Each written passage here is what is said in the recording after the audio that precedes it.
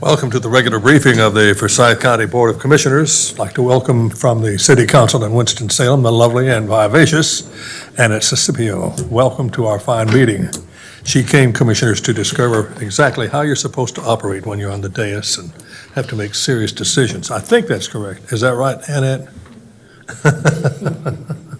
That's good to have you with us. I didn't hear an answer. Well, sometimes she does it through telepathy. Is that a good word? These are words I don't normally use. However, the county commissioners do have a lot on the agenda. We have a 33-item agenda to be briefed on today. About 15 of those would be items that have to do with a resolution that we're going to be asked to vote on.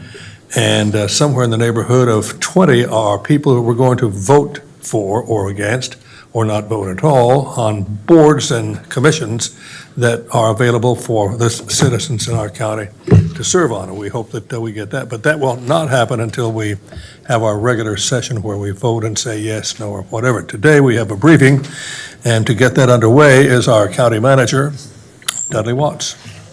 Thank you, Mr. Chairman. Good afternoon, board members and staff and guests.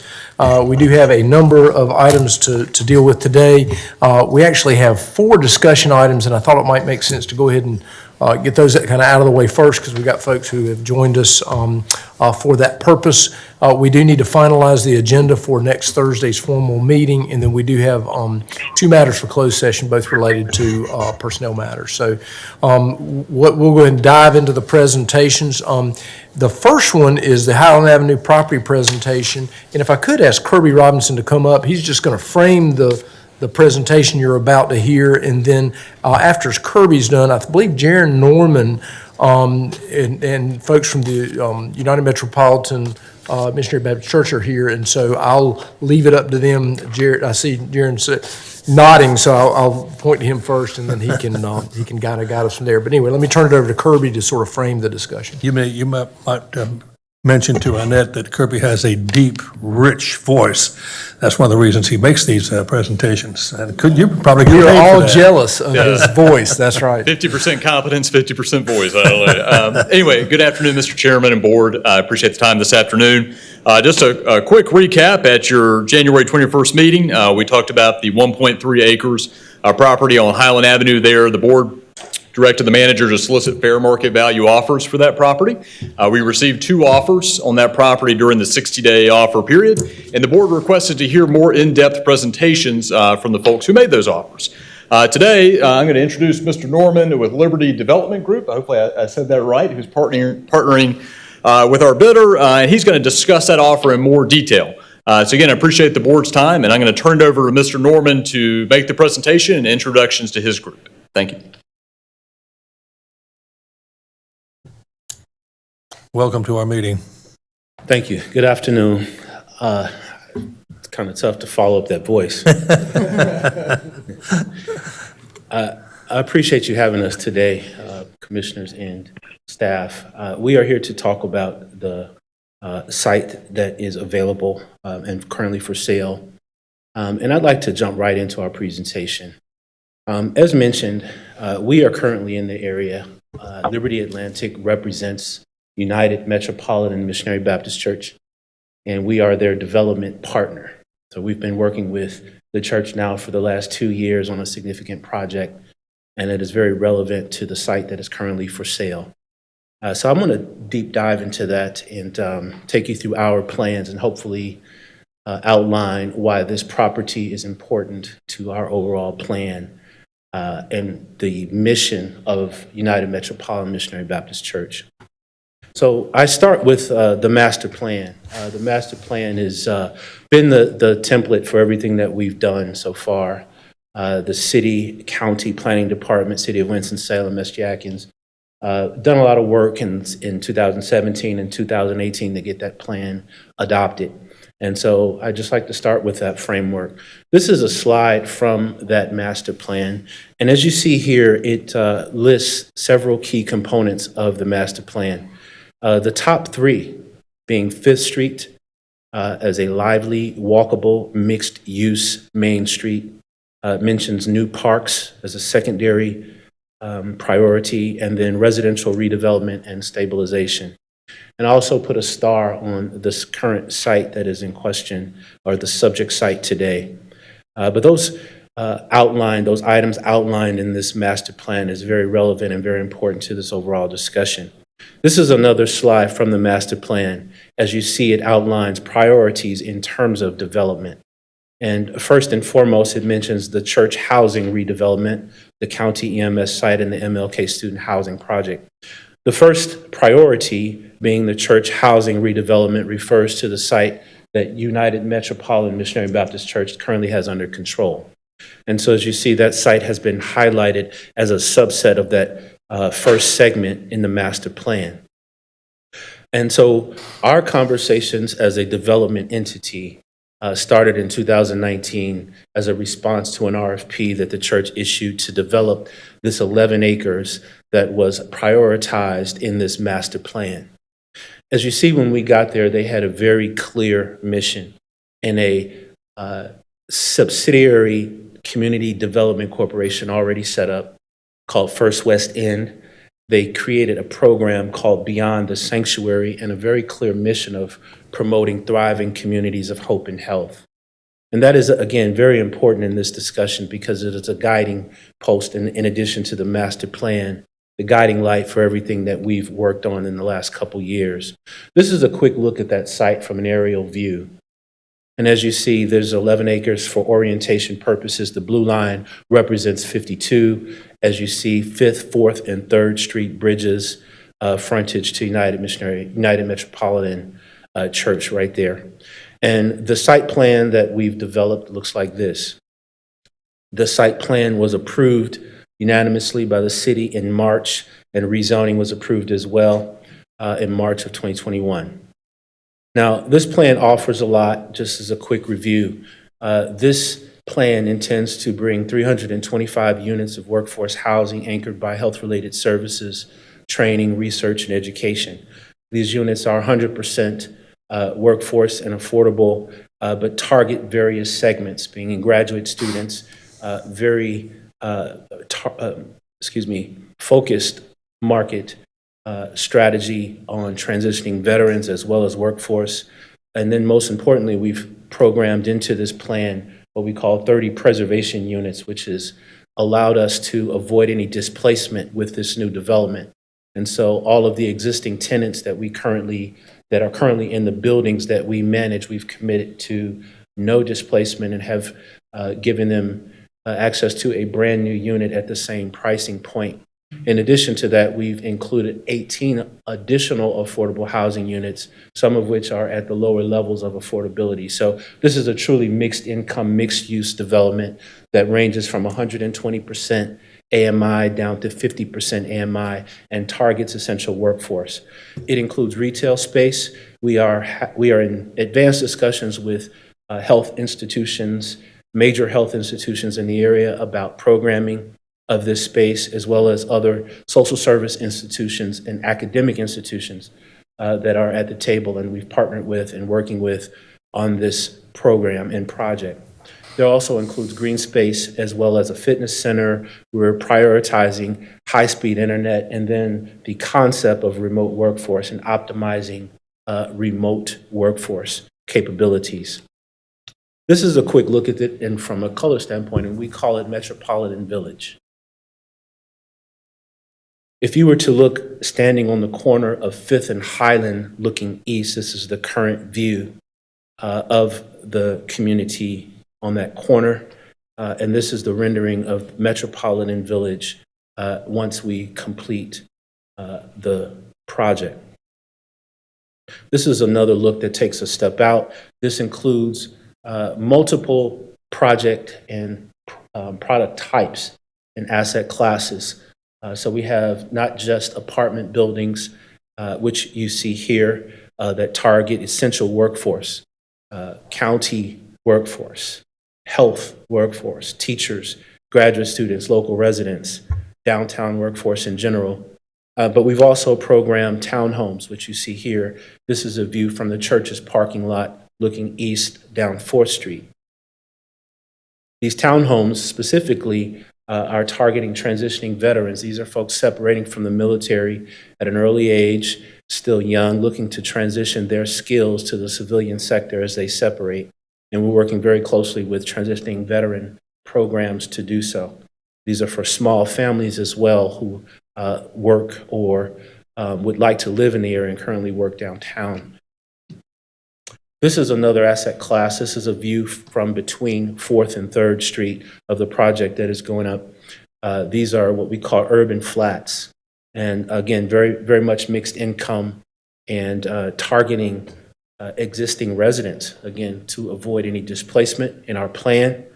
But also, very importantly, we're focused on that various tiers of income levels to make the project affordable. All in all, every unit is below market rate that we're bringing to this plan. Every unit is below market rate. And so we're very excited about that. What you see here is a quick look at where the retail and office components are on the map. As you see, Block 2000 and Block 5000. Block 5000 looks a little bit more like this. This is an office building. We are partnered with a local development partner on this to develop this building, who has also brought an institutional social service anchor, soft commitments from them and academic institutions to occupy this space. And then Block 2000 offers, as you see, this is the building that is frontage to 5th Street. This building and this view is directly across the street from the subject site. And as you see, we are programming this project to have a different type of retail service. This is health-related retail services. And so, as I mentioned, we are in conversations, advanced conversations, and have commitments from health institutions locally, working with major health institutions on this project to program clinical health space. And as you see, a place for financial services, we're also talking to financial institutions with a focus on financial literacy and financial health. And so we're looking very intently on, again, going back to our original mission established by the Church of promoting thriving communities of hope and health by programming the retail component of this project to have a focus on health disparities. As I mentioned, the project is primarily focusing on essential workers. We think this is a very important space for workforce. In our world, we see the demand for workforce housing, and particularly for essential workers, peaking, and so we look to meet that demand. But it's also including, obviously, local residents. There's a significant population of graduate students, remote workforce, and as previously mentioned, transitioning veterans. So these are our target markets. Now, this is important because, one, everything we've announced and shown today is in compliance with the East End Master Plan. It is also very much in line with the mission of the Church of promoting thriving communities of hope and health. The project also avoids displacement, which is a priority for the church and for our group. We also are very focused on meeting the city's demand for workforce, affordable, and student housing, all of which is outlined as priorities in the master plan. Most importantly, this is an equitable way to expand the economic impact of Innovation Quarter to its host city and county. You know, our group does a lot of work with specialized economic zones across the state. And what we see, the most successful zones are the ones that are able to extrapolate the economic impact beyond the borders of the zone into the host city and county. And so for us, this is a way to bring out the value of Innovation Quarter and go beyond the borders to an adjacent community that has a very different economic picture. And so those are the very important points that we were looking for and to achieve. And then finally, we are now at a point, this project is scheduled to start construction in this summer, within the next couple months. We've already started some of our due diligence and working with utility companies, but we are slated to start construction this summer. So overall, this is a project that we think brings tremendous economic impact to the East End community. In all, that's a $65 million investment in both phases, including the city's commitment for 5th Street improvements. This project and plan brings over 500 to 600 new residents to the area and has an tremendous overall economic impact, as you see in this area as we grow and develop this concept. Now, that brings up why we're here, because this economic impact as it grows, we see this as a catalyst project, and the site across the street as outlined here, the subject site here, is a big part of that. It's directly across the street. Now, we believe this site is important to the overall development of the area. Specifically, this is a quick view of that and how you can see the sort of positioning as the investments for Fifth Street is outlined there as a main corridor, and then the impact or the outline of the project of Metropolitan Village. What we've proposed is a green space, a centralized urban green space. And we think this is very important, not just to our project, but to local employees, local residents, and to any healthy community. This is a critical component of any healthy community. And so with a focus on providing thriving communities of hope and health through the Metropolitan Village Project, the Fifth Street improvements, we think a green space that complements this development is a huge asset to developing an overall healthy community design. And so this centralized urban green space has many value points as outlined here. And our value proposition is, one, we'd like to contribute this park and name this park after a local influencer in the health and wellness space. We think this is the right thing to do. But ultimately, again, as a part of catalyzing and growing the East End Master Plan, everything we've proposed is compliant with that. And we think this is the start of the growth of this area. And a green space is essential to that development. In fact, as a specialized economic zone developer, we see this in all of the instances. We look across 52, and central to Innovation Quarter is Bailey's Park, which is, again, central. We looked across the master plan. If you look at the master plan, this is an image that you see from the master plan. There are several parks programmed into that master plan. However, the ownership structure was not reflected in that master plan. And so where we see a park here, that's not an actual option for a park because there's no intent for that owner to leave. In fact, it is actually next to Metropolitan Village. That park is actually a daycare. And we think that is another key component to a healthy community. So we like to see that stay there. Additionally, we think a centralized park is just as important. And so this gives county employees and residents access as a centralized location to that green space. And so this is a summary of the offer. The proposal many of you have already we sent in, and as mentioned, our offer was $125,000. Our intent is to work with the city to purchase that site so that we can create a sustainable public space. That public space is in line with the master plan. It's a civic hub and public space in the design, and we think it fits perfectly. And so that is our goal, again, to turn that area into a central urbanized green space that benefits not just our new residents, but the employees and the existing residents in the East End community. I would like to conclude by just offering a couple different alternatives. As I've mentioned, we have been working in this area now for the last 2 years with various stakeholders, including the city. And so we see various scenarios for developing this community, and one of which is a public-private partnership. And we, as the county, as the largest and primary stakeholder in this community, our hope would be to be able to not just work on this property, but to partner with the county as we look to redevelop the area in an equitable way. One of the ways we like to do that, as you see, is this area here we think is a catalyst for the entire area. And the ownership structure, as you see outlined in the green space, is a little bit more manageable. And so we focused on what we call the Western District of East End. And we've come up with a plan that we call Renaissance Park. And Renaissance Park is a health and wellness district. And that concept is really just based on the idea that the church now is focused on providing thriving communities of hope and health. And As we look around East End, what we see are other health-related assets led by the county. And so we think for us, this is how we were able to attract the capital necessary to invest in this underserved community by giving it a health and wellness theme.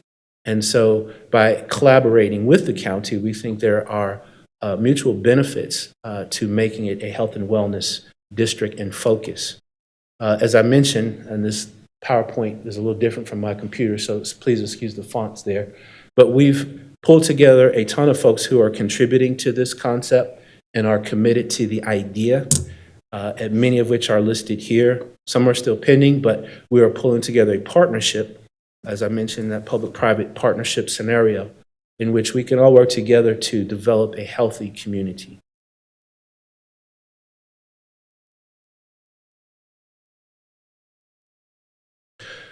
All in all, our vision is to help transform the Western District of East End into a zone that is dedicated to addressing health disparities and inequities. We think this is an opportunity to create a launching pad for people to looking to build a career in the health and wellness industry. We think by attracting folks like transitioning veterans who have tremendous skill sets in the health field, they can contribute to the necessary workforce demand and answer some of those needs, but also providing workforce training opportunities. This is moving by itself here. Providing workforce training opportunities through our building. We're partnered with Forsyth Tech and Golar CDC in a program called Tech Careers and offering additional workforce training. And so in total, we have not just the goal of addressing health disparities and inequities, but also focusing on addressing workforce training needs and getting our workforce staffed up and trained up for this next digital transformation. But most importantly, providing affordable and workforce housing and not displacing anyone. We think this is a tremendous demand and need. And that is the reason the park is so important. We think this is just a tremendous complement. This is a green space that everyone will benefit from. We've got seniors in the area that will stand to benefit from an urban green space. We've got new residents, we've got existing residents, we've got employees. We think this is a win-win for every stakeholder that is currently in this area. And so this final slide just outlines our focus on this catalyst development. As I mentioned, Metropolitan Village is leading the way along with the city's commitment to improve the main corridor of 5th Street or 5th Avenue, as we've been calling it, and the Hopkins Park concept is a great start for catalyst development, much of which we think will have a tremendous impact on the county properties. And so we're looking for partnerships. We're here again because we did make an offer on the site, but would love to continue the dialogue of forming a partnership that will help us develop a healthy, vibrant, thriving community of hope and health. Now, our team and our group here from United Metropolitan is here, as well as Annette Scipio, Councilmember Scipio, supporting us from the city. I did want to ask Councilmember Scipio if you have any comments.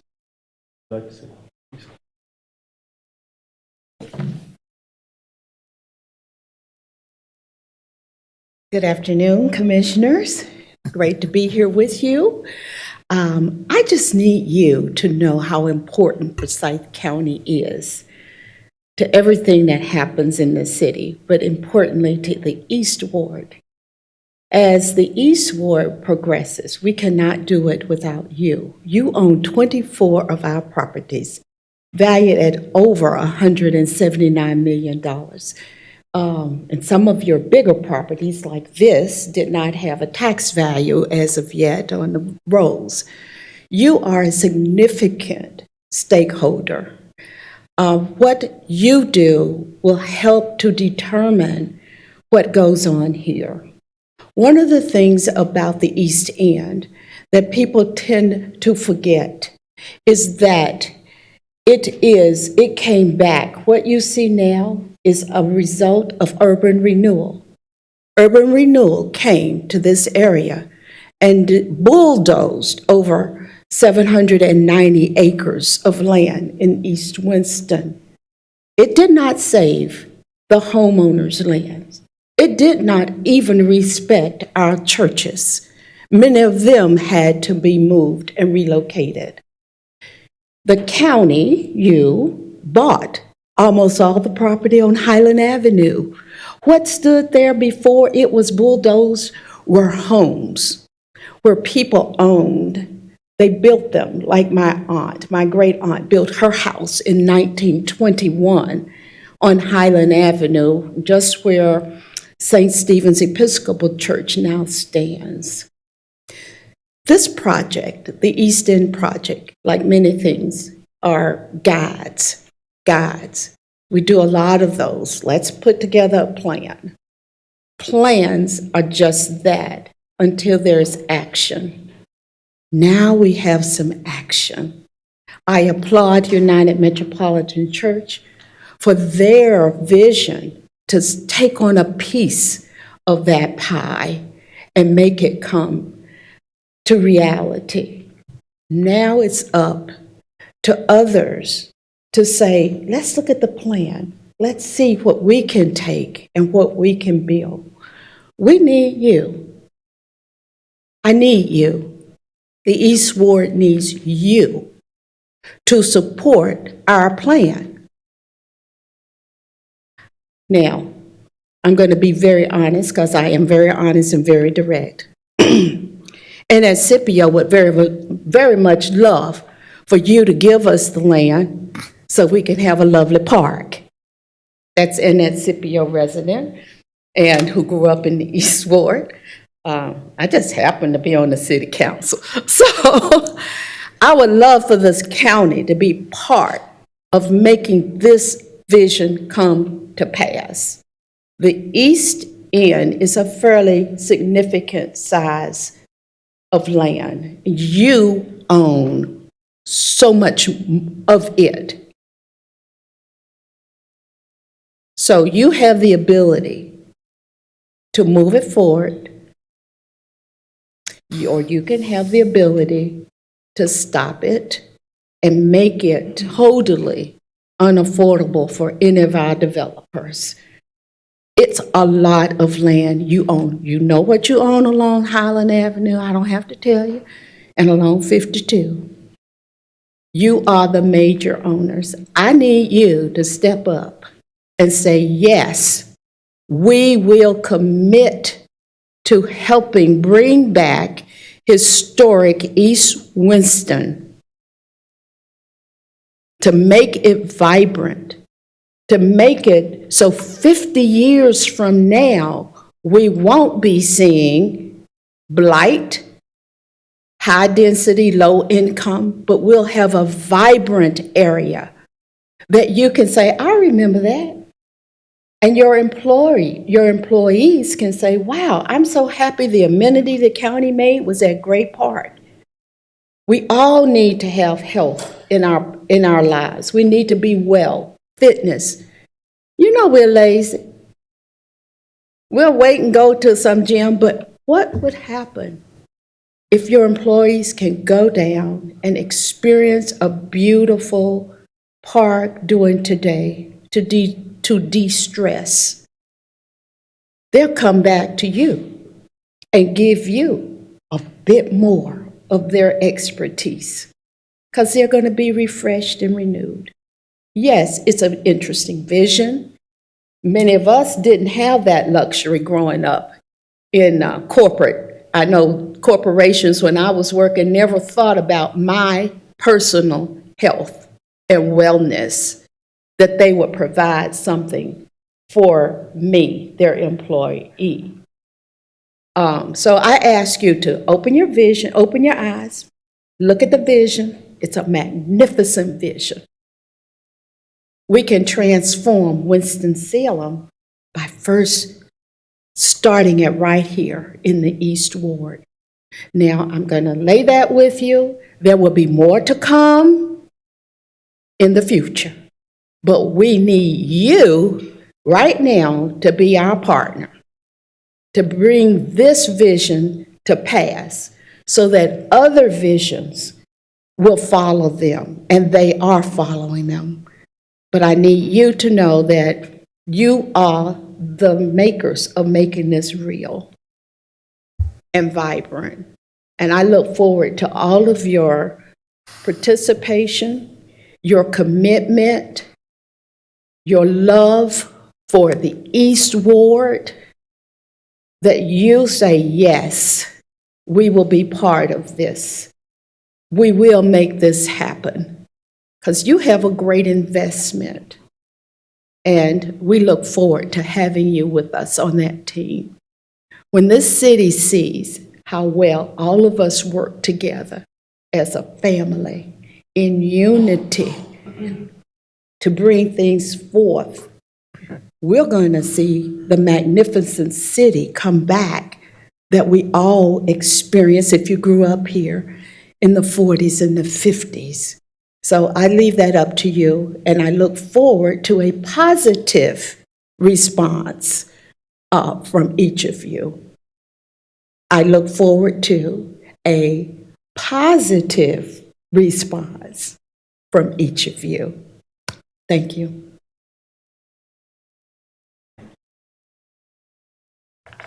And to close out, I just a few words from Pastor Armstead of United Metropolitan. Thank you for your time.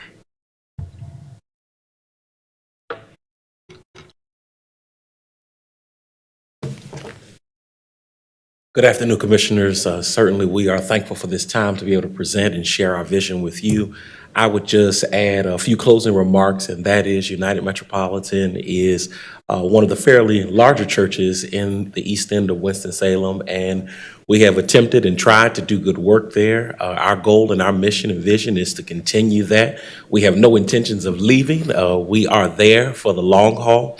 And as much as I am the senior pastor's care for the spiritual well-being of the flock, I'm also concerned about things that happen in their everyday lives, because unfortunately, we're not able to compartmentalize and leave all of that in the glove compartment when we were coming into our sanctuaries. But I am grateful that this project is an opportunity for us to do more than just look after the spiritual man, but to look after the whole man and to look after the families in our community. And so certainly, I would hope that you would give strong consideration to our mission, to our vision, and we look forward to working with you. Thank you. I think at this point, that was one of the most interesting. It was excellent, and it told the story, and we'll probably have some questions, if we may, when you finish your presentation. We're done. You are completely finished. Well, Commissioners, that was really a good presentation that you made to us, and I'll open it up now for questions or comments from anyone on the board. Yeah, let me start. Yes, sir. And I don't mean to take anybody's thunder, but great presentation. I wondered where this project went. We got it a couple years ago, and I thought it was awesome, and then I didn't hear anything. And one of the reasons I was opposed to selling this property was because of this proposal that we saw years ago. My concern is, one, it's not big enough. I think 4 stories for the apartments is not enough. I think you need to go to 5, maybe even 6. I don't think there's enough room. If I look at this as economic development. So for me, the county is the largest employer in that area. All of our buildings and DSS and so forth provide lots of opportunities. I wouldn't want to shut that down. But I do think that this is going to be a major growth spot for Winston-Salem. Innovation Quarters talking about expanding on the other side of that, wherever that creek is. There's some expansion on the other side near where Salem College is. And people have to have a place to live, work, and have entertainment. And I think you have hit upon the spot. And Derwin brought this to us some time ago. I hope that you get this done. And I would love for the county to participate where the county can. It does provide some phenomenal services to Winston-Salem, where it's located. There's a park, sort of an area that we'll call it a park for the time being, that's near the facilities that the county operates. The schools have a big spot there right off of Highland. So I hope we can do something. Again, I think it's too small. I think you need to think a little larger, because I think there's going to be a bunch of people that want to live there. And I know we've talked to the chancellor of Winston-Salem State, and he was talking about having additional student dormitories, or what do they call them today, and spaces for visiting professors to have temporary housing when they're here. I think all that stuff is great, and I hope you think a little larger than you're thinking now. Additional comments or questions? Well, Go right ahead. just for a detail question, the part that you're getting ready to start in this summer, what's the scope of this first project, the part that you're prepared to literally begin? Sure. So Phase 1 of Metropolitan Village includes 199 units. So you're committed to that, you're going to start on the 199 now. It's not in phases, you're ready for the 199. So the total is 325 units Okay. of what we have planned so far. We are, just as a response to you, we are working on acquiring other parcels and other phases of additional multifamily housing. We did not go complete, we didn't want to focus 100% on all density, because in order to create a healthy community, we didn't want to dominate this area with large buildings. That goes against the concept of healthy community design. And so we really tried to mix different asset classes, being townhomes and urban flats. But we do desire and are working on additional parcels that will add density. This first phase is 199 units, including 12 townhomes, 48 urban flats, and I believe 160 apartment units. One's and two bedrooms in the apartment units. The flats are 2 bedrooms and the townhomes are 3s, with additional parcels for multifamily in process and pipeline. Say something. Excuse me just a minute. My concern is your payback. And this is all about money at some point. I mean, you got to build it, you got to find some funds to do that. I don't think you're building enough per square foot to make it work. I think it's too small. I'm just, from what I've seen, whatever the apartments I see pop up around here, and the ones near Innovation Quarter, and the number of people who would like to live there. I mean, they're living somewhere else, but they'd like to live there. I just think you need to think a little bigger. That's where that comes from. I appreciate that comment, and if you will, I'd like to just respond. So one of the most unique things, I've been doing this for 20-plus years across the country. We've built in 30-plus states. And one of the things that is very unique about this time is the type of money that's available for these types of projects. None of this includes any municipal subsidies. We are working with social impact investors who have qualified opportunity zone funds. This is a QOZ project, and their social impact investment internal rate of return is substantially lower than what we would see in the market rate. And so that's how we're able to make this work without any municipal subsidies. And so it's already penciled out. We have our financing committed already to the project. But I do agree that there are more units. I'm 100% agreement that we would like to do more units and continue to increase density. And you have partly answered my second question, which was, so essentially in the 199 units that you're getting ready to start in this phase 1, you talked about income sort of guideline issues. So there actually will be income guidelines for those residents of the 199. Well, I'm glad you asked that question. It's very interesting. When you don't have or include municipal subsidies, we don't have the guidelines. What we have is a mission by the church to include and create affordable and workforce housing. You know, part of the reason we were able to make this affordable is the church's contribution of the land. So we start without land costs, right? And we've done it again without subsidies, so we don't have any constraints or guidelines. We just have a clear mission from the church. Now, there is, through the Qualified Opportunity Zone program, there's a 10-year window and a 10-year exit. And what we're working on is positioning the church to acquire the property upon exit. And so while we don't have the stringent guidelines typically you see in a normal affordable housing project with municipal subsidies, we are backed by a clear mission to provide that housing at lower price points. Every one of our units are below market rate. I got you. Thanks. Well, that's a lot more flexibility. Chairman. Commissioner McDaniel? Mr. Norman, so I saw on the presentation that you were partnering with the Housing Authority of Winston-Salem. You don't have to go much into that, but would that structure give you some qualifying opportunities for those affordable housing if that was to come into fruition? I would like to clarify, thank you for that question. It's in a pending state. Yes. We have applied for 30 to 40 project-based vouchers. And those vouchers were intended to help us support the tenants that we currently, that are currently in the units that we manage. When we came in 2019, there were 11 buildings on the site that UMMBC controlled, 3 of which are occupied today. We currently manage those buildings. There are a little over 20-plus tenants in that building. And so we applied for project-based vouchers to help accommodate those tenants who, many of which are at the lowest levels of affordability. And so that's why we have applied, I just want to be clear, for those vouchers, and we're hopeful that we will be able to secure them. Another component that we're using to be able to make these units and this project as affordable as possible.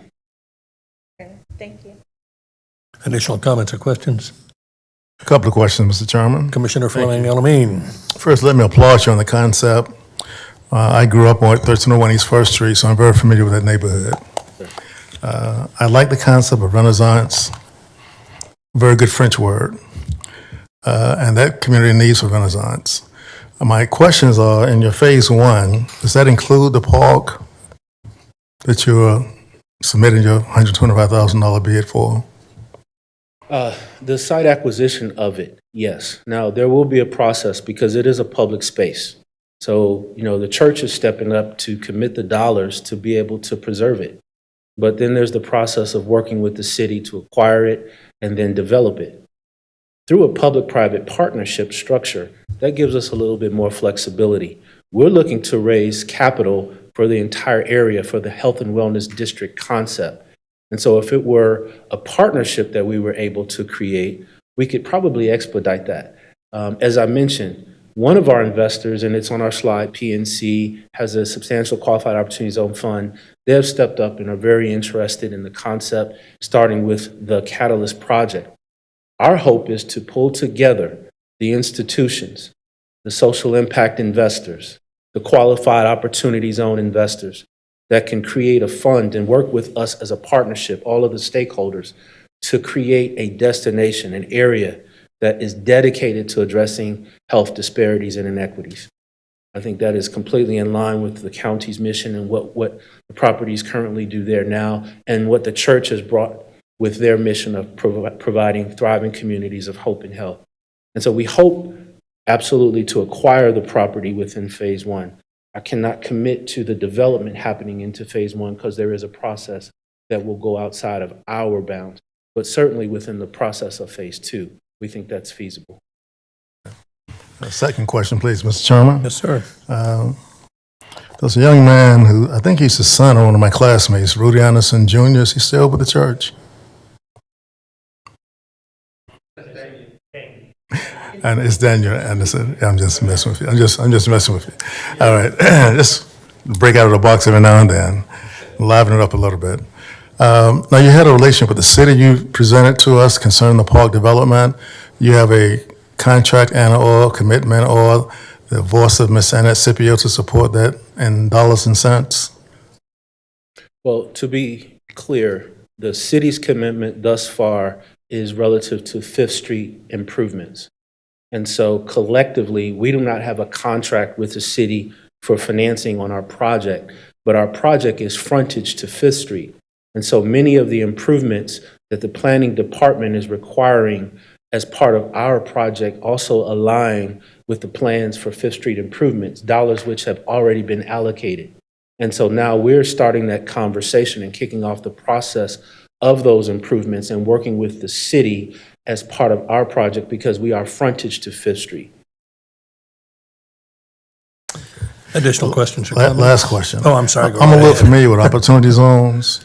And you referred to having a fund tied into opportunity zones. Is that fund local or is it from some other areas of the country, Other areas of the state. of the state? Yes, but throughout the Okay. state. Okay. Are you at liberty to identify those funds or you need to keep that confidential? No, I mean, it's listed. We have a commitment from PNC Bank, who has a Qualified Opportunity Zone fund for these types of projects. By the way, they consider this one of their top projects in the state in that program and are very anxious to showcase this as part of what they're offering for that fund. Thank you very much. Commissioner Kaplan. You know, to Councilman Scipio, you talk about cooperation, and we love that, and we could start with stormwater fees, and then we can move on from there. So we could talk later. Thank you. That's a good question from Commissioner Kaplan. He has asked that question several times. For years. And it's a viable question. What went through my mind is it's a good project. I mean, if I take it just to the way you presented it and how you have conducted the entire picture of what we've got, it's exciting. But then the thought, and I love Annette Scipio when she says, we would prefer to have you just give us the property. I would do that. I think that's a better way to do it if you want to get started. But if that having been said, what effect would that have on your beginning date and ending date on the whole project? If we were able to either A, give it to you or negotiate something that you couldn't resist or we couldn't resist? So none of this impacts our phase one. We're moving forward on the project. We've already, again, gotten approval from planning. So we're starting this summer. I don't want to give an exact date because there's still some, but certainly this summer we'll be starting. Right. So we would love to move that process forward. In the context of the public-private partnership, you know, I initially talked to Mr. Watts probably a year or two ago about this site. That was a smart move. And actually, he encouraged us to talk to the church. And we are today here really with the development that we have as part of that direction. And today we're back because that site continues to be of importance. But it does not impact our start date. This is something that can run concurrent with everything that we're doing. We would love to expedite it if it was given to us, how great would that be? But in the context of a public-private partnership, I think that is possible. You know, wasn't sure how far along we were, and so wasn't sure if that was an option. But certainly, ground lease, long-term ground lease partnership deed, we are very open to whatever approach or method is available to us. Our mission, our goal is to create a thriving community of hope and health. And so whatever approach that requires is the one we'll take. You know, part of that health part is increased tax base, which would be healthy for all of us. Any further questions or comments? Again, Commissioner, Mr. Watts, do you have any words of wisdom? Yes, appreciate y'all being here, and you will hear from the other bidder next week. So. Okay. Mr. Chairman, if I may, Yes, sir. give my best regards to Reverend Ballard if you see him anytime in the near future. I've known him for a number of years. I know he's a little sick now, but please extend to him my best wishes. Is there anything anyone else would like to say regarding the project? Well, thank you very much for being with us, and it's a certain thing right now. We're not finished talking. We've got a lot more to talk about, and I look forward to that, and I think we all do. Thank you for your time and your consideration. I appreciate it. Thank you, sir. Mr. Watts. All right, very good. All right, our second discussion item is going to move a little bit closer to the center of the downtown. We're going to get an update on the Caladium Museum and the guaranteed maximum price. We are working and getting very close to that. Wanted to go ahead and present this to you in anticipation of a modified meeting schedule in July. So anyway, I'll turn it over to Damon Sanders Pratt, Deputy Manager, and James Anderson to review this. So thank you, Mr. Chairman and Commissioners. So why I'm coming to you today is to partially ask for an opportunity to perhaps add an added item for the June 24th meeting, which would be the presentation of the GMP for Callidium. Right now, we're in conversations with the CM and the architect in an effort to get a GMP that we can bring to you that's within budget. So the way to do that is we'll be having conversations about deducts, sequencing, project savings that with our other projects, the libraries, the parking deck, we've had significant savings at the end where we've been able to put things back. So we're going to work with the construction manager to try and sequence the project and to value engineer it to get you something by your 24th meeting. So I'm almost asking for an opportunity to add an added item at that time. Also, additionally, I want to mention to you that staff will be coming to you likely with requests for eligible Recovery Act funding that would apply, so sewer, broadband, water, museum eligible uses that money allows, that we could also contribute to this project and others that the county's doing that has eligible aspects to it. But most eminently, I want to ask you to potentially see an added item on your 24th meeting. Which is a week from today. That's right. Okay. Chairman. Yes, ma'am, go right ahead. So if you could, for me, in the application process, if we could just kind of get a map of sorts or a checkbox to say that this is within that marginalized census tract, that would be helpful for me whenever we're going through the process. I won't have to try to figure that out. And as we are preparing that, we've been thinking about that. Yeah. So in addition to where it's physically located, who is serving? That's right. So it also would, though they may not live at Callidium, but who it's serving, I think would also be of interest to you. I agree. Thank you so very much. Further questions, comments? All right, thank you very much. Mr. Watts. Okay. All right. So now we're going to go into a little discussion around sustainability kind of efforts. We had on the calendar for a bit of a time to bring back to you the parking deck solar project, kind of the report on that. I think the board asked for that. And so if I could get James Anderson to come up and talk about that just a little bit, just to kind of finalize that. And then after that, real quickly, Minor Barnett's going to talk about the sustainability task force that we have that's been in place, kind of bring everything up to speed. I'll turn it over to James. Good afternoon, Mr. Chairman and Commissioners. Thank you for the opportunity to come back before you today with a report on the solar system. And also, thank you for authorizing the addition of that to the project. So here today we have representatives from Shelco Construction that actually built the parking deck for us, and Jeff Redwine, the solar installer that installed that. So I'm going to turn it over to them, let them talk a little bit about the solar installation, and then they'll be able to answer any questions you may have. Mike? James, thank you. Mr. Chairman, council members, thank you for letting us speak today and talk about a success of a design build project for the county.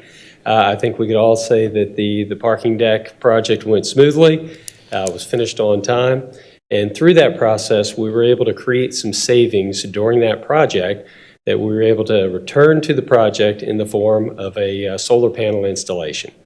So if I can find the presentation here, maybe having some technical Help is on the way. All right, that'll be good.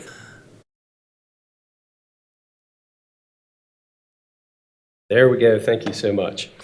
Okay, so before that project was concluded, we worked with staff and identified savings on the project and said, what's going to be a great use for this? So we identified the ability to put 30 solar panels on the top of the parking deck to generate power for the use of the parking deck, as well as any additional power generated by those panels would be then put back on the grid for a credit to the county for the offset of cost, right? Which is a great opportunity to keep some savings for the project, keep some savings for the county and the county residents. So during the construction, at the end, we were able to have these panels installed. And since that panel installation, we can look at the usage and kind of what the benefit of that installation's been. At this point, I want to ask Jeff Redwine to come up and discuss kind of how the system works and how we monitor that. to show what kind of benefit it was with the installation. So Jeff? Thank you. Thank you to all of you for having us here. I'm much more comfortable with a pair of wire cutters in my hand than I am speaking in front of a group of people, so that'll be obvious by the end of this. Well, we all are interested in solar, period. So. Well, I can answer those questions for you. So if you can get past my Texas accent, we can go forward. So very excited to be a part of this project. Got to use some unique technology. And what you see on the screen is actually a snapshot from a bill in March and from the monitoring platform that we're able to take. And so this is one snapshot that shows production daily through the month. And there are other screens that you're actually able to dive into and can see each panel and what it's producing. So if there was an issue with a particular panel, we would be notified and we would know where that issue is. This project has 30 335 watt modules, which gives you about 10 kW or 10,000 watts. And as he stated, this is producing that power. It's traveling down to the electrical room in DC current or direct current and goes through what's called an inverter. That's changing it to AC current, and then that's going in directly. It's offsetting loads from the elevator shaft or lights, any load that is happening in real time, so it works harmoniously with the grid. And so what we're seeing right now is about a 20% offset with this 10 kW system. We're seeing, and you can see where it has your billed kilowatt hours, so that's about 5,600, and then you're putting that 120 kilowatt hours back out onto the grid, or back onto the grid, which you get a retail credit for. So, are there questions at this point? I don't want to make sure I'm not speaking with technical jargon or things. Comments or questions? Just tell me what the green bars are on the chart, because I can't see. That's your daily kilowatt hour usage. So with the high bar, that's how much is used per Yeah, day? that's how much you've produced from Oh, the system. produced Yes, per day. yes. That's okay. This- That's what was produced. This monitoring is not going to show, this monitoring platform doesn't show consumption of the building, so it's showing specifically your production from the solar array. So those couple of days down there, that little trough, is that just, those are just rainy days, cloudy days? Cloudy, rainy days, exactly. Cloudy, rainy days. Exactly. So we use software that takes about 50 years of weather data into consideration. So you create what's called a solar isolation rating to determine how much this system's going to produce over time. And so right now, you're producing about 15,000 kilowatt hours per year over the life of the system. And so it's warranted for 25 years, and it's got an expected life of 30 plus years. So it's going to be producing power for literally generations to come. Awesome. Thank you, Jeff. Thank you. All right, and we have one last slide that kind of just helps illustrate why it's a great idea to do this. So over the life of the solar panels on this deck, we're going to offset over 302 tons of CO2, and we're going to save the equivalent of over 7,000 trees. So seems like a big number for 30 small solar panels. So it's a great idea to try to implement these on all the projects where it's fiscally responsible. And again, Shelco was very proud to be a part of this, and thank you all for your consideration. Good news. Thank you. Thank you, Mr. Chairman. Thank you very much, Just sir. one question, please, Yes, Mr. Mr. Chairman. Fleming Elamine. Are you producing enough to sell some surplus to Duke Energy? Not at this time. It's only producing about 20% of what the deck's going to consume, but it is an offset cost. All right, thank you. Okay, thank you, sir. Mr. Chairman, if only Walter Marshall were here to see how many trees have been saved. That's right. Do you hear us, Walter? I agree. He was one of the commissioners who really believed, even then, what you're talking about today. So Right. that's good. Thank you Okay. again. Well, Appreciate it. thank you so much. Okay. Mr. Watts? Thank you. And the last, well, actually, I'm going to add one more. So the next last is Minor Barnett, get you to come up. He's going to talk a little bit about the Sustainability Task Force, also talk about recycling programs. So.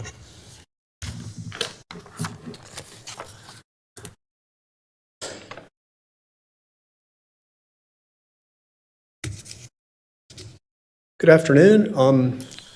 After the adoption in December 2019 of a resolution addressing clean and renewable energy and sustainability ideas, we formed a small work group to pursue some planning conversations to discuss ideas and initiatives that we could pursue to try to steer the county into a transition away from energy derived from fossil fuels and towards energy from clean and renewable sources.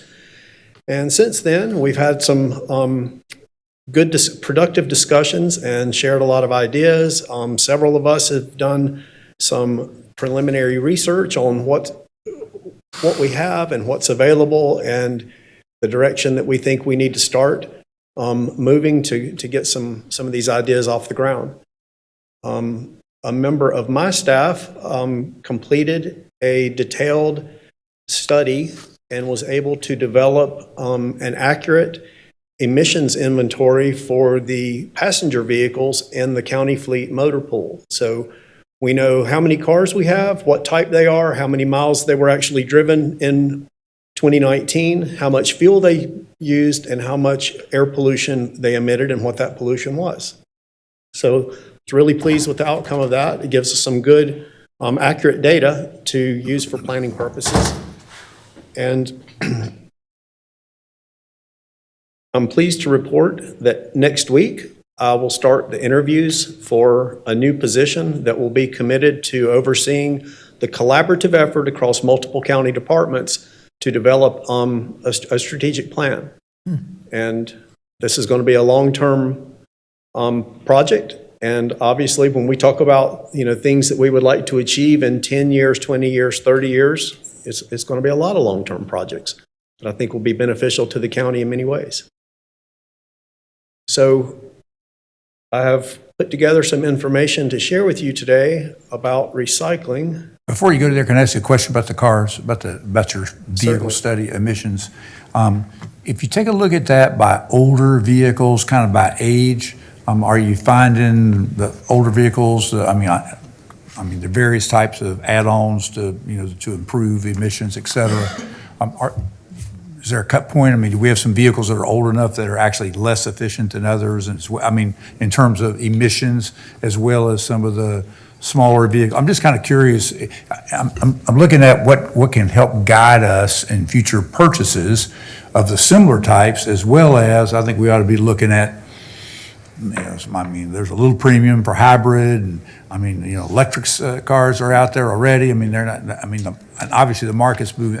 It would help us understand not only our environmental impact improvements, but what it could actually end up in saving us a few dollars too in the long term. Just kind of that different piece of that study. Right. So in generally speaking, the vehicles on the road today are more fuel efficient and emitting less pollution collectively than they ever have. Newer cars tend to be, more fuel efficient and less polluting than older vehicles of similar size and type. So when we did this study, we had specific emission factors for each of those cars based on the make, model, and year.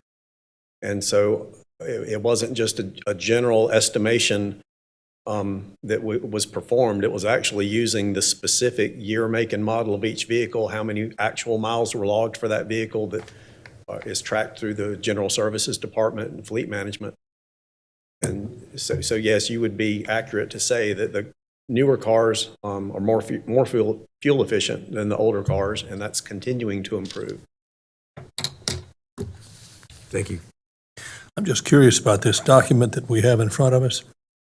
And this, you say, is accurate data, and I don't deny that. But the question I have, looking down, naturally I'm going to look for Forsyth County, and on the left-hand side it says 20. I think that's what it says.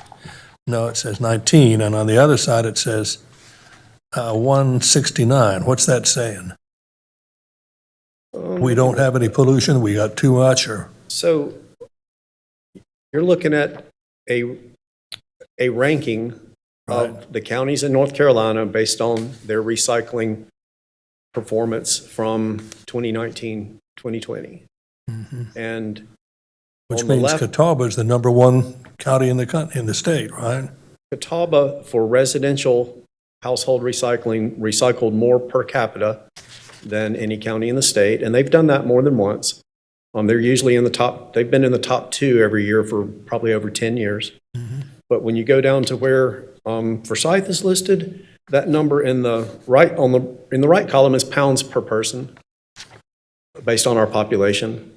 And then on the column on the right is total public recycling, which includes not only what you would, cans and bottles and paper that you would get from a household, but things like tires and yard waste and other things that are also recycled. So that's why we have 2 columns. One is common household recyclables, which are the things that citizens usually would put in their recycle bins at their house: aluminum cans, plastic bottles, paper and cardboard. And the right side includes more commodities that are typically not just coming out of households, but would also include, recyclables generated at businesses and institutions and other sources. Well, it says 19. Does that mean we're doing badly or doing well, or? That means that 18 counties are recycling more of those materials per person than we are. And it means about 80 counties are recycling less per person than we are. So we're not doing too badly at all. Right.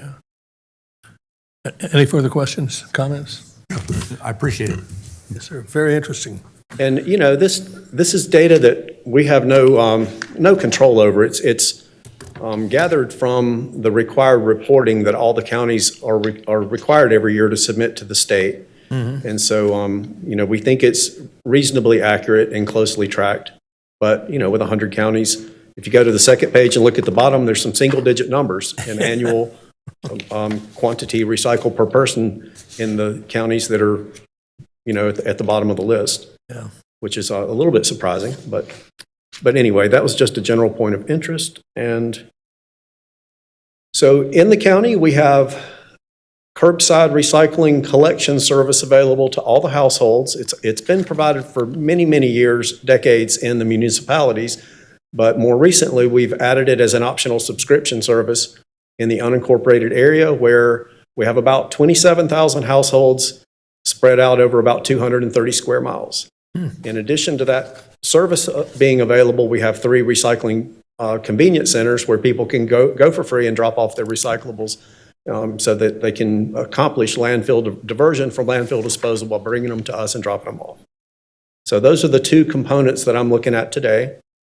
And I'd like to mention that there are about 15 categories of materials that statewide are banned from landfill disposal for various reasons. And all these materials are intended to be diverted from landfill disposal for reuse one way or another. Some of them are as feedstock, some of them are for other purposes. But you can see a pretty extensive list is developed over time of what we're trying to keep out of the landfills. Also would like to mention that the majority of multifamily housing complexes do not have recycling collection service.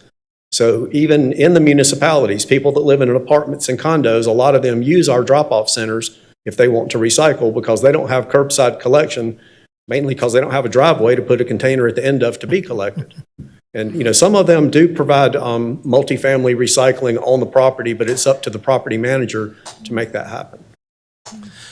So this map shows where the 3 recycling centers are located. They've been there for a long time.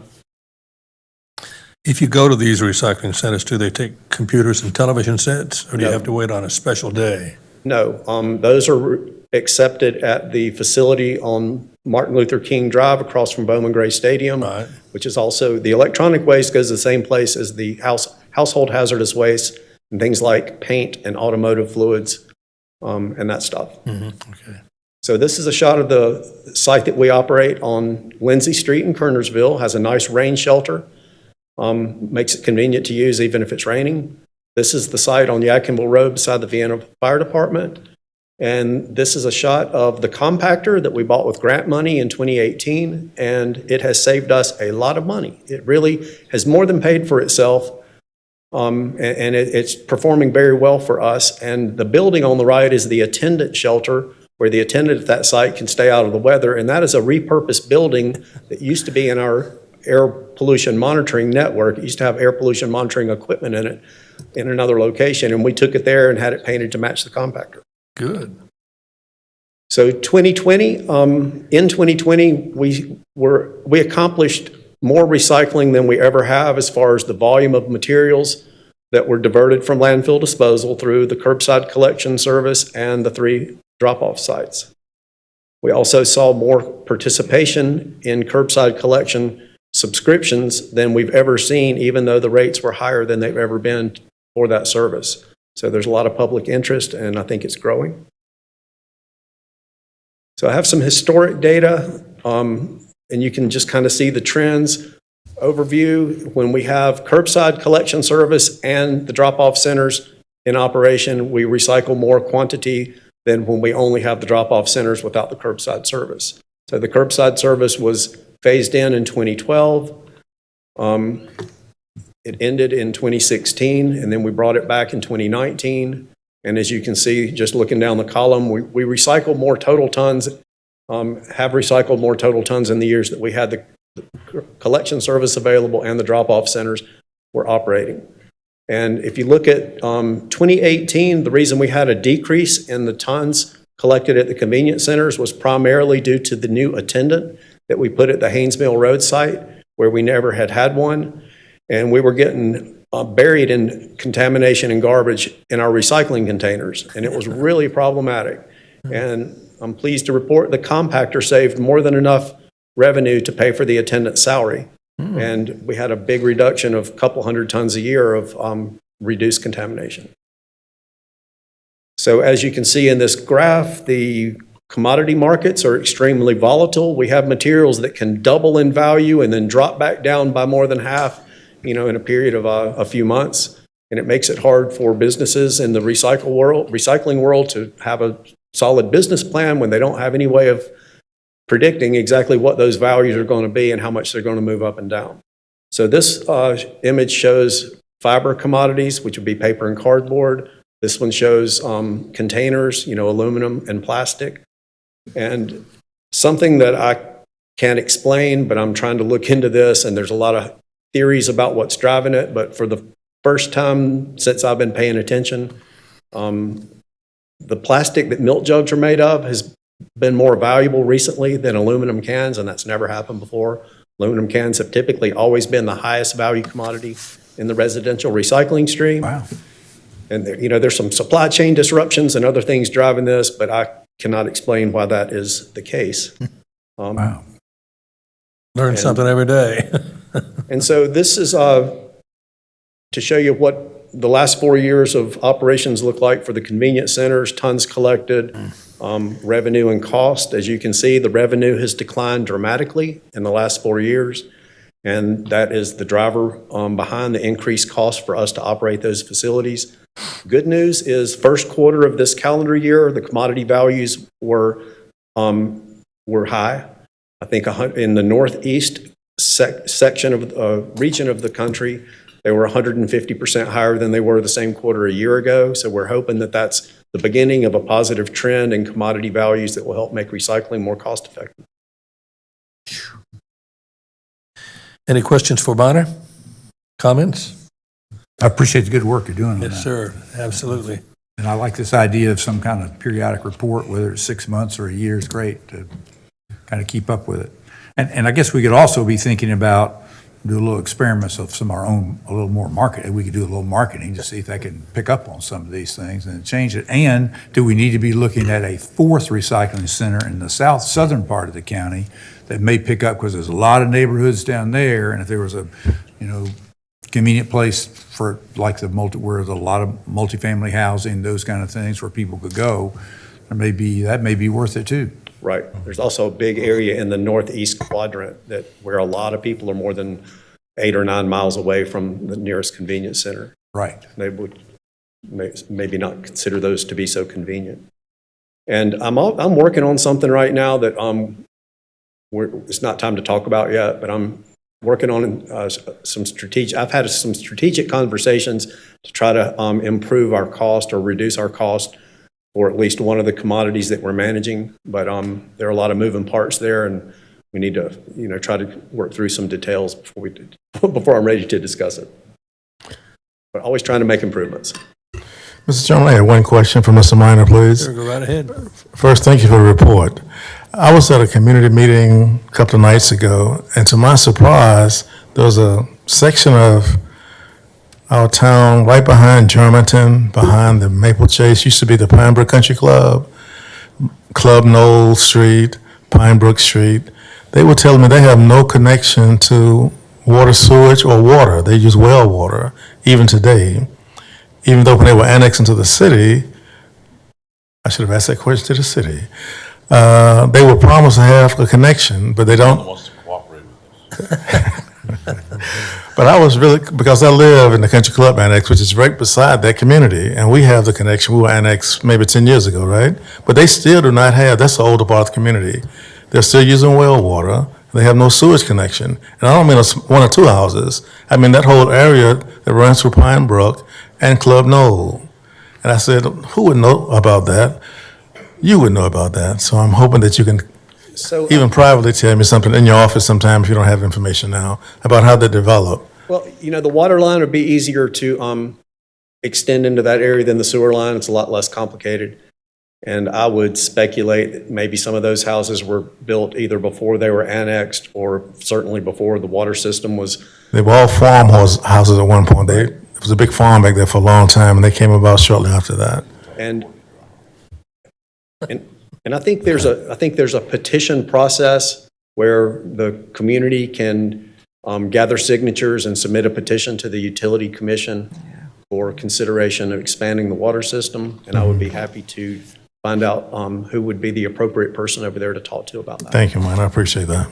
They can't get enough people to sign. Thank you, Minor. Thank you, Minor. All right, so the last discussion item, just real quickly, Mr. Fulton had indicated and reminded me that we had a bond sale today, which is that last bond sale that we had kind of on the calendar, and he asked me to see if Lee Plunkett, there he is, could come up and just see how we fared. There was a little bit of nervousness around the Federal Reserve yesterday, talking about interest rates. Yep, and sure did.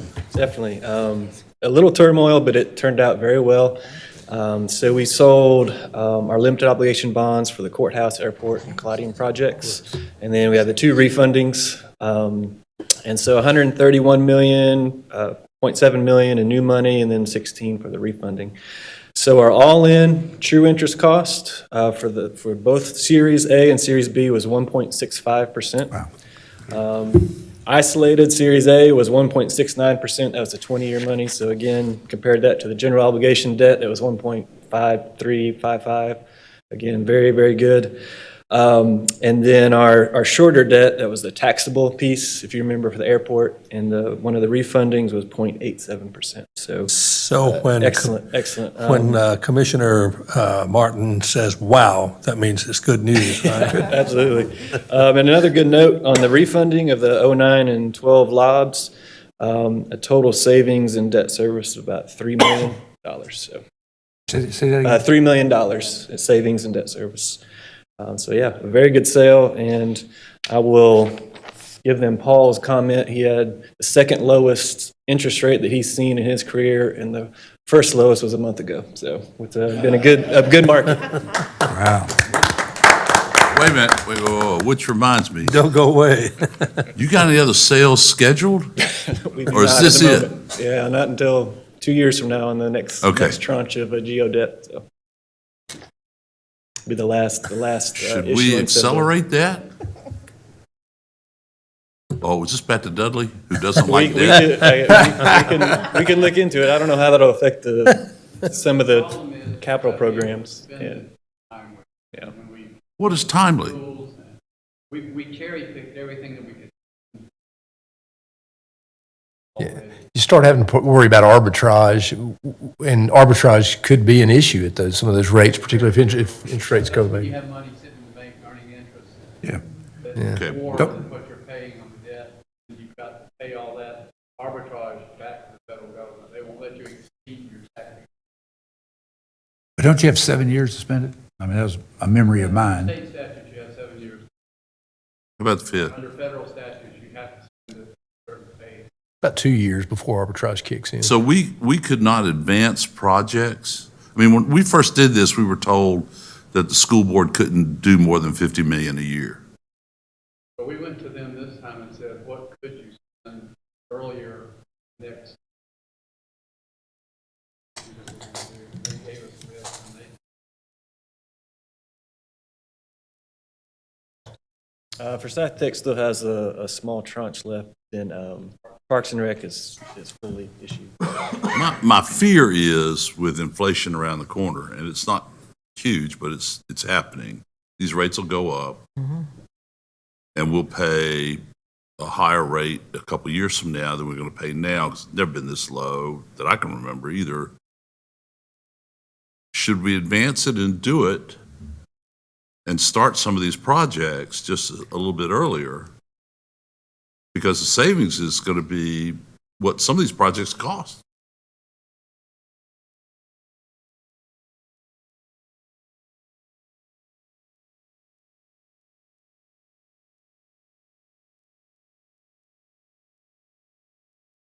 All right. No, we don't want to lose money. But it seems to me it's already going up. Little by little, but it's accelerating. That it might be smart to do it. Yeah.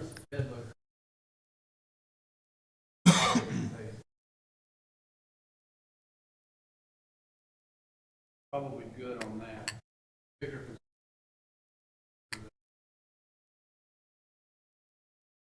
we've got first bonds. So what's going to be the rate on 2023, you said? Is that right? It's already the meeting set. yesterday. No, the meeting yesterday, they're projecting to possibly raise their rate a couple times by the end of the calendar year 2023. Yeah, it's just so going it's a up. while. Yeah. I think the real question is capacity, and I'm looking at Daryl. I mean, we'd be issuing that last piece of the debt, and I know on the county side, our capacity for projects with the courthouse being, underway, the Tanglewood Clubhouse coming at us, the Exposition Center at Tanglewood is an issue, and then the Public Safety Center. I mean, I know we can always. It's not as easy to add staff to do that, but I mean, I don't know, and I think we really built all this around the school's capacity to get projects done and buy property and do the stuff you got to do all that, but.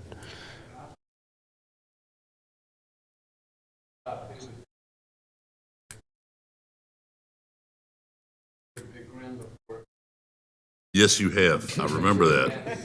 And I went, whoa, that's a little too conservative.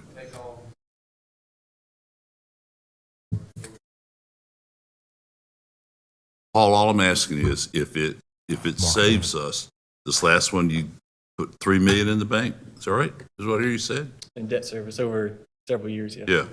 We're talking larger numbers now than, a couple $100,000. This gets big. So if it's fiscally responsible to advance the debt, we should do that.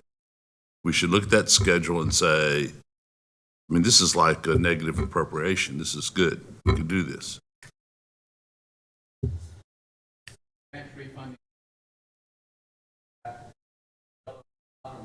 Correct. Right. Our debt is so low now. And our Wait a minute. Gloria, can you cover your ears for just a minute? If you recall, as part of the tax changes 2 years ago, they took away our ability to do advanced refundings on typical tax exempt debt. I don't think we're going to have any candidates for a pretty good while unless there's a change in federal law. Because we used to be able to refund on, any time the market looked better. There was a 2% test. You could make 2% savings. This wouldn't be a refi. This would be new money debt. If you're talking about the original. Yeah. If you're talking about Daryl advancing project. Yes. That's what we can look at for you. We can That's see exactly what I'm projects asking. we missed. Yeah. Okay, thank you. Daryl? Thank you. Okay. All right.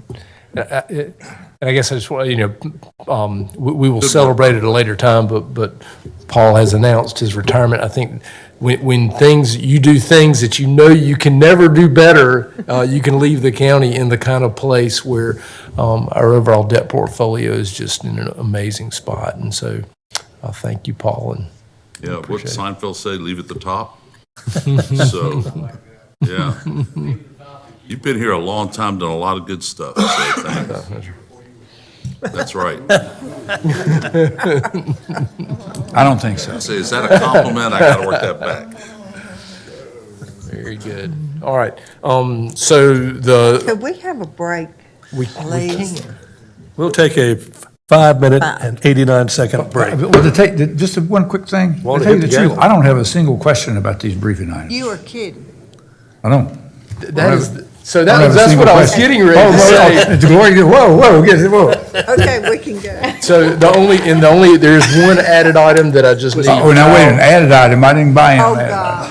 item. One added item that Kyle needs to brief, and then we can be done with it. But, Well, Kyle, remember this, Mrs. Wisenhunt can't wait much That's longer. right. That's right. So, good afternoon, Commissioners. This is something that we typically do bring on every year, kind of towards the end of the fiscal year. And this is to amend the budget ordinance to basically increase the transfer from the Fire Tax District Fund to the general fund. And it's really just based on the strong sales tax performance that we've had over the years. Really, maybe when we restored the budget in December and we did that, we probably could have done this, but we wanted to wait just to make sure that everything's going to work out. So this is really just increasing the transfer from the Fire District Fund to the general fund. It's something we do every year at the end of the year. Yeah, it's a pretty substantial amount of money, but it's just because sales taxes were Correct. predicted to be so much higher. So anyway, so very good. All right, the only other item I have is a closed session motion. So Well, we have a 10-second, a 5-minute, 98-second pause if you want to take off, Ms. No, Wisenhunt. no, I'm fine. I She's thought Don happy. was going. I'm just trying to I help. thought I was going to ask a bunch of questions. Oh, yeah. all right, so I need to ask the board to consider a motion to go into closed session to discuss two matters: to consider the qualifications, competence, performance, character, fitness, conditions of appointment, or conditions of initial employment of an individual public officer, employee, or prospective public officer or employee pursuant to General Statute 143, 318, and 11A6. Since there's no other business to come before the board at this meeting, following the closed session, the meeting will be adjourned. Mr. Kaplan? I'll second the motion.